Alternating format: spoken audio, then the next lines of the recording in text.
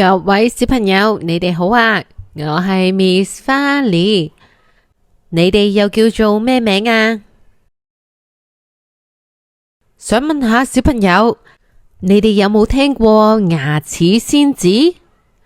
原來當你嘅乳齒脫落，放喺枕頭底下，就會有一個神秘嘅仙子嚟到你屋企，偷偷送上一份小禮物俾你㗎喇。今日 Miss 花梨會講一個故事，叫做牙齒仙子來了。今日我哋就嚟聽下 Hilda 遇上牙齒仙子嘅奇妙經歷啦。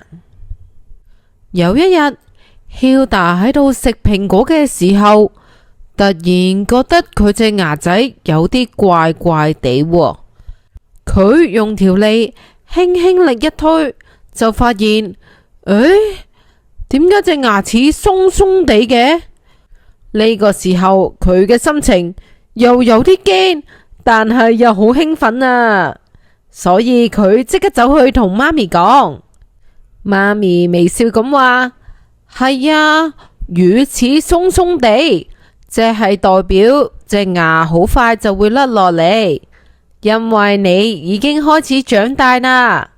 每一個小朋友細個嘅時候都會生乳齒，等你大個啲，乳齒就會慢慢脫落，然後就會生啲新嘅牙出嚟，嗰一啲就叫做恆齒。Hilda 就擘大隻眼問媽咪：即係新生出嚟嘅牙就會留一世？媽咪就點點頭話：係啊，所以我哋都要繼續好好護理啲牙齒。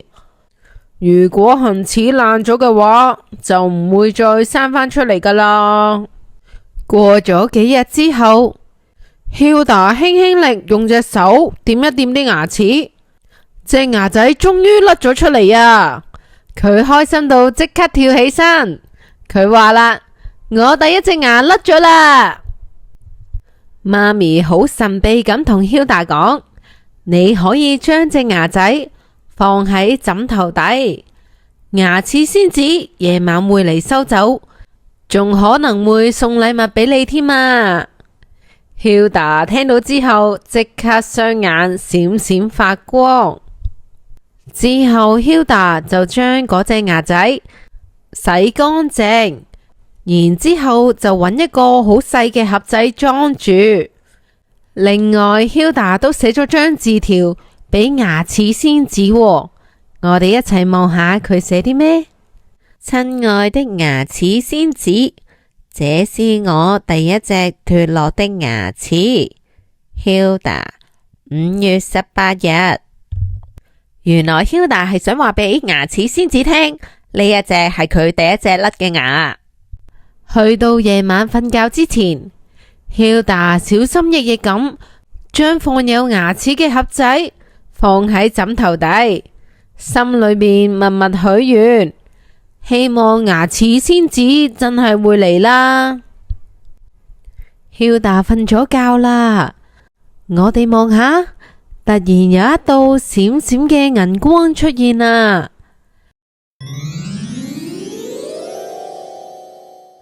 我哋睇下係邊個出現咗啊？係啊，係牙齒仙子啊！牙齒仙子佢飄入咗 Hilda 嘅房間，佢拎住魔法棒，輕輕咁樣飛近床邊。牙齒仙子打開咗嗰一個放有牙仔嘅盒，佢好輕聲咁講：多謝你保護好牙仔。牙齒仙子收起咗牙仔之後，放低咗一封信同埋一個小禮盒，然後就靜悄悄咁飛走咗啦。去到第二日朝頭早，你哋估下 Hilda 有咩反應？ Hilda 佢即刻哇一聲，開心到大叫咗出嚟啊！佢望住嗰個盒仔，眼睛閃閃發光。Hilda 打開咗封信，封信就寫住：親愛的 Hilda，你好叻啊！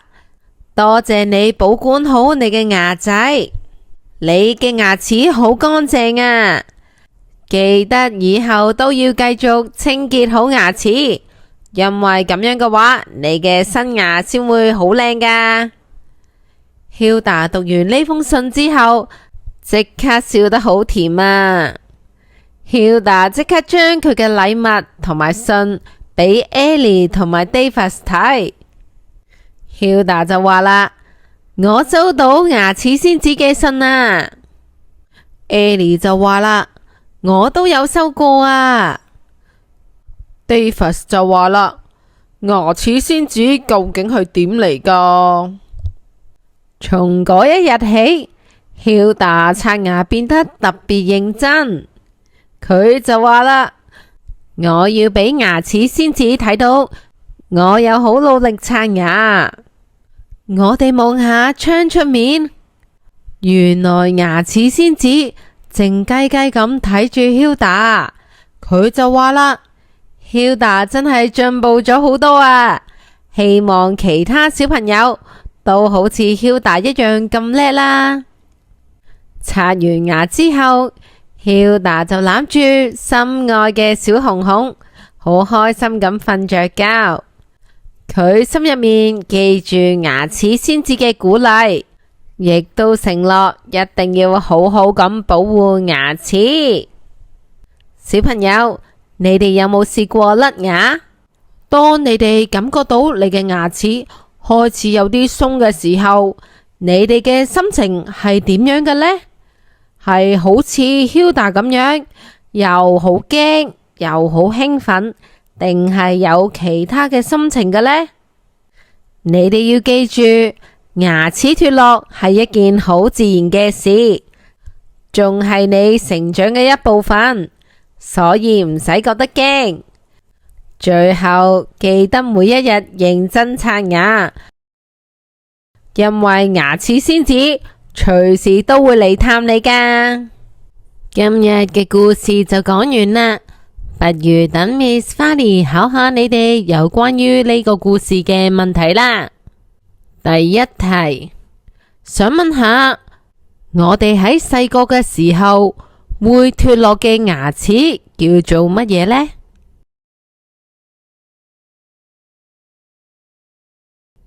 係叫做恆齒，亦或係乳齒呢？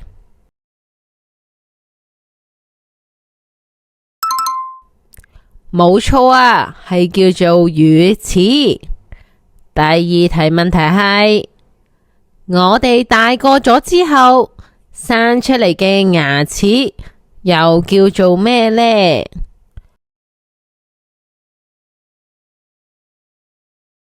係叫做恆齒，亦或係乳齒？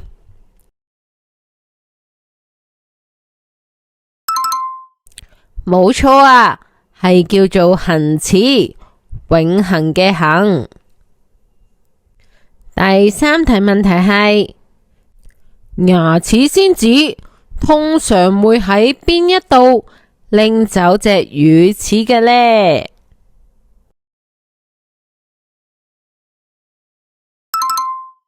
冇錯啊，牙齒仙子會喺枕頭底下拎走隻乳齒。第四題，牙齒仙子留低咗啲乜嘢俾 Hilda 呢？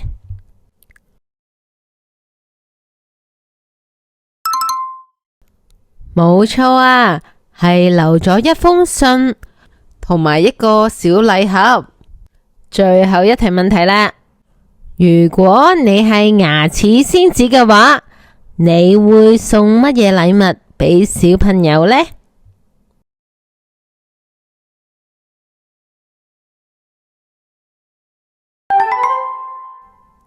哇，小朋友，你哋嘅答案都好有創意喎，相信小朋友收到一定會好開心。今日嘅時間又差唔多啦，如果鍾意 Miss Fanny 今次講嘅故事，記得俾個 like、訂閱同埋分享俾身邊嘅朋友啊！我哋下次再見，拜拜。